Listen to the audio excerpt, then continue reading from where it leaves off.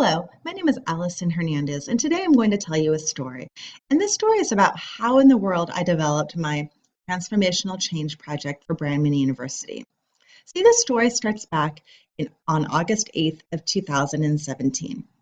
We have an annual tradition in Clovis Unified called Charge. See, in Clovis Unified, we don't go on administrative retreats. We attend what's called Charge. This is a very special time where we charge ahead. We never retreat in Clovis Unified. By charging ahead, we look at how last year went. We attend professional development. We plan activities for the upcoming school year. But most importantly, we network and we really get to know each other. We reestablish our core values and we revisit the traditions that make Clovis Unified so special. So every August, administrators are clamoring to get their student achievement data because goal number one of Clovis Unified's strategic plan is to maximize student achievement.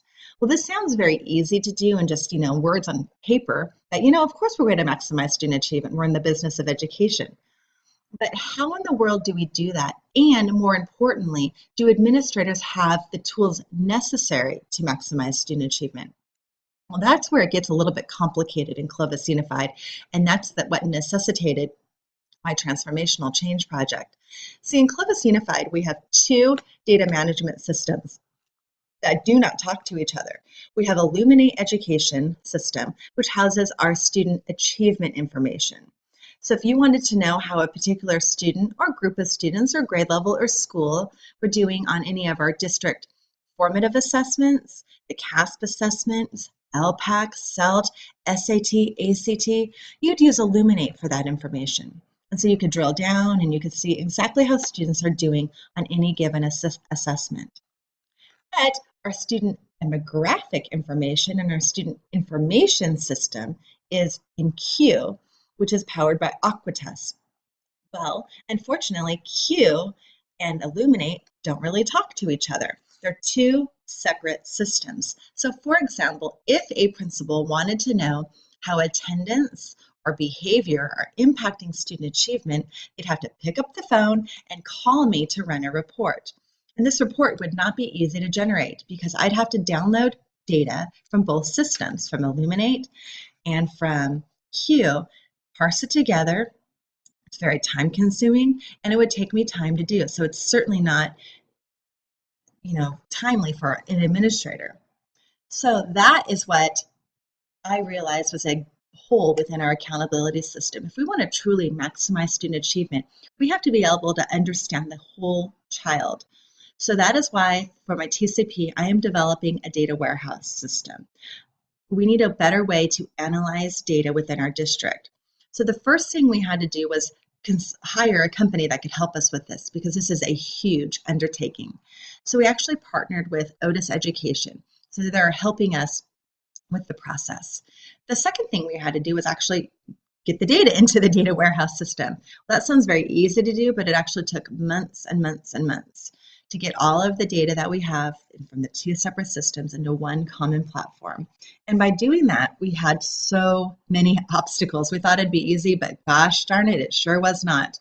We found that there were so many inconsistencies on how data was being stored within the system. In fact, we had even discovered that we don't have a common transcript in our district because everybody does it differently at our high schools. We found out that attendance is taken differently. We found out that grades are imported differently. By doing this project, we actually are able to get systems in place to make things more systematic within our district.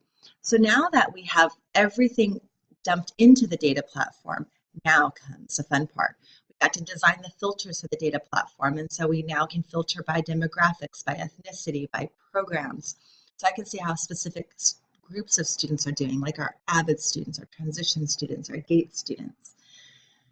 Now we can also have student achievement data and look at, say, how, for example, do grades impact achievement? Is there a correlation between the grades that they're earning in the classroom and what they're scoring on SBAC? That's one thing we can do. The most powerful thing that we've started to do, though, is really look at the requirements of our California School Dashboard and integrate that into the data dashboard.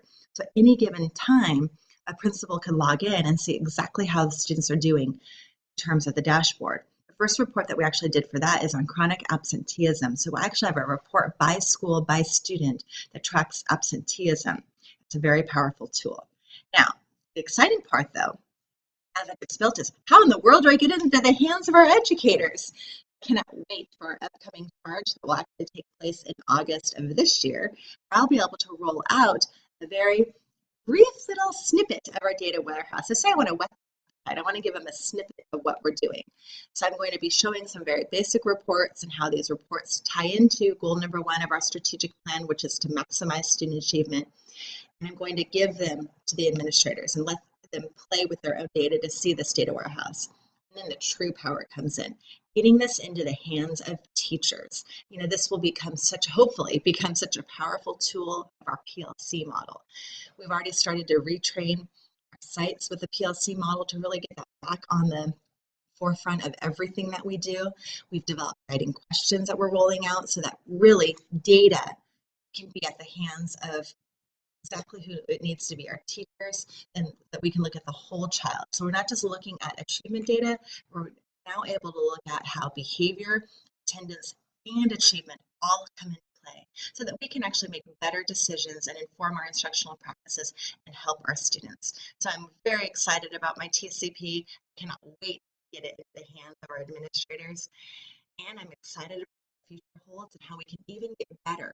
So the obstacles will continue to be how we can improve our data warehouse. So with that, that's all, and thank you for listening.